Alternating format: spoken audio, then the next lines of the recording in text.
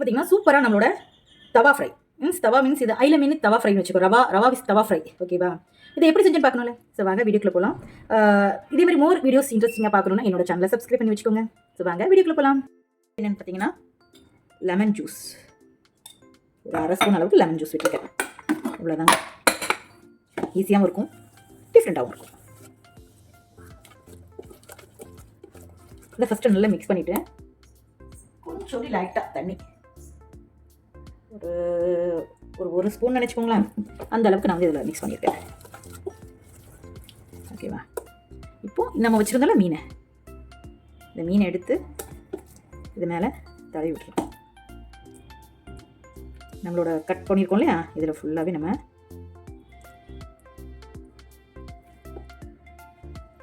மேலே தடவி விட்டுருவோம். அப்போ இன்னும் டேஸ்ட் ரொம்ப நல்லாயிருக்கும்.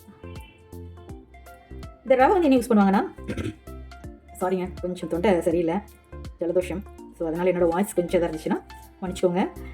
வேறு நல்லா தடவி இதை ஊற விட்டுறணுன்னு ஒரு நல்ல தடவை 20 நிமிஷம் நம்ம வந்து ஊற விட்டு எடுத்துக்கலாம். டைமர் இருந்துச்சுன்னா டைமர் வச்சுக்கோங்க நீங்கள்.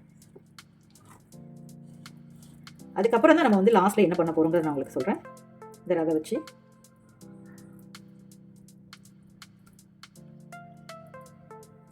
மேலே நல்லா தடவி அப்சர்வ் பண்ணுற மாதிரி பண்ணிக்கிறணும். நம்ம ரொம்ப லிக்விடாக இருந்துச்சுன்னா மாவு மேலே நிற்காது. அதனால் மேலே நல்லா தடவி விட்டு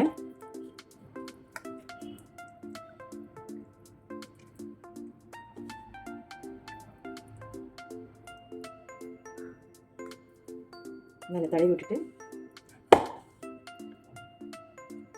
நான் அது ஒரு 20 நிமிஷம் ஊற வச்சு அதுக்கப்புறம் எடுத்துகிட்டு உங்களுக்கு காமிக்கிறேன். உப்பு உரப்பு பார்த்துக்கோங்க. எனக்கு ஓகேங்க, உப்பு உரப்பு எல்லாமே கரெக்டாக இருக்குது. அதனால் நான் எக்ஸ்ட்ரா சேர்த்துக்கல.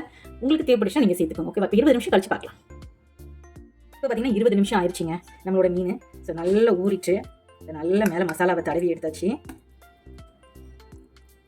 தடவி எடுத்துட்டு இந்த இருக்கு இல்லையா, இந்த ரவைக்கு மேலே போடணும். வாங்க ஒரு நிமிஷம்.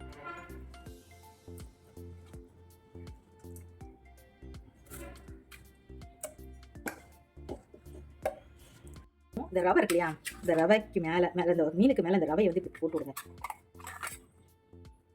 இது வந்து ஒரு கோட்டிங் மாதிரி. ஓகேவா?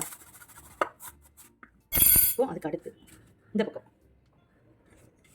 ஸோ மும்பை சைடில் போனீங்கன்னா உங்களுக்கு ரோட் சைடில் ஹோட்டலெல்லாம் உங்களுக்கு வந்து இந்த மாதிரி ஃபிஷ் கறி இந்த இது வச்சுருப்பாங்க. அதில் வந்து நிறைய கடலமாக போட்டு வச்சுருப்பாங்க, ரவை போட்டு வச்சுருப்பாங்க. இதெல்லாம் பார்த்தீங்கன்னா மேலே வந்து ஒரு கிறிஸ்பினஸ்க்காக வச்சுருப்பாங்க. ரொம்பவே டேஸ்ட்டாக இருக்கும். அதனால் நான் வந்து அந்த மாதிரி மெத்தடில் பண்ணியிருக்கேன். எந்தெந்த பக்கம்லாம் மசாலா இருக்கோ அந்த இடத்துலலாம் நல்லா இந்த மாதிரி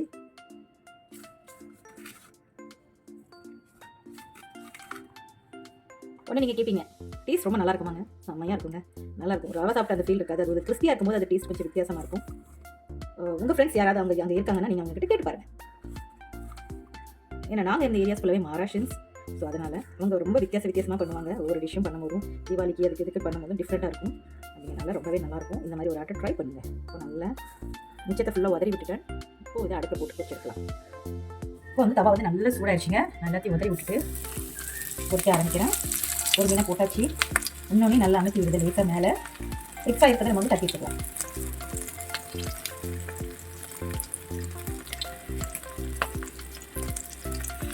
ரெண்டு பக்கமும் நல்லா நம்ம ரவை வந்து தொட்டு எடுத்தாச்சு. நான் ஒரு 3 ஸ்பூன் அளவுக்கு தான் நான் ரவை எடுத்துக்கேன். நான் நிறைய ரவை எடுக்கலைங்க.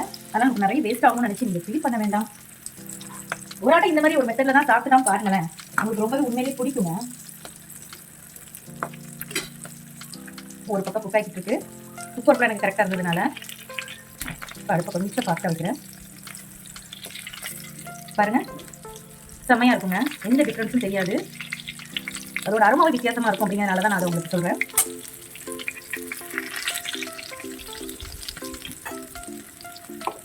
சூப்பரான நம்மளோட ஐல மீன். இதை முன்னில் சொன்னால் பாங்கடா அப்படிங்க. பாங்கடா வச்சு அதை நைட் பாங்கடா விஜயமாங்க. அந்த அளவுக்கு ரொம்ப டேஸ்டியாக இருக்கும். இதை நம்ம மறுபடியும் சிம்மில் வச்சுருக்கேன். இங்கே பாருங்கள், நம்ம போட்டிருந்த ரவை எல்லாமே இதுக்கு மேலே தான் இருக்குது. எதுவும் திரிஞ்சு போகலை. சூப்பராக ஒரு ரவை ரோஸ்ட் மாதிரி இது இருக்கும். செமையாக இருக்கும். உப்பு உரப்பு எல்லாமே நம்ம கரெக்டாக போட்டுருக்கிறதுனால ரொம்பவே நல்லாயிருக்கும். அது கொஞ்சம் 2 நிமிஷம் இந்த மசாலாலாம் தெரிஞ்சு போகாமல் செம்மையாக வரும். சாப்பிட்டு என்ஜாய் பண்ணுறதுக்கு ரொம்பவே நல்லாயிருக்கும். ஆயில் கம்மியாவே இருக்குங்க. ரொம்ப பண்ண ரொம்ப டீப் ஃப்ரை வேணாம். நம்ம வந்து கவர் பண்றோம். ரொம்ப போய் எண்ணெய் எடுத்து இது நம்ம பாடி. ஓகே.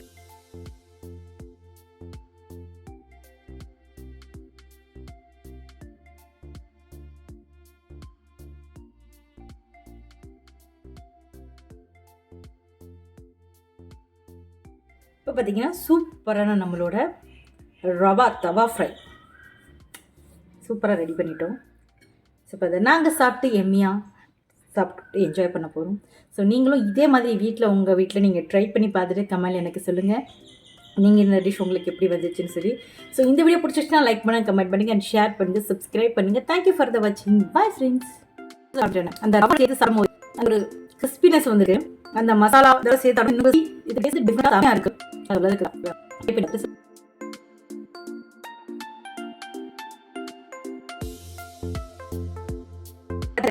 உடனே சொல்லுவீங்க டிசைன் மட்டும் தான் காமிச்சிங்க,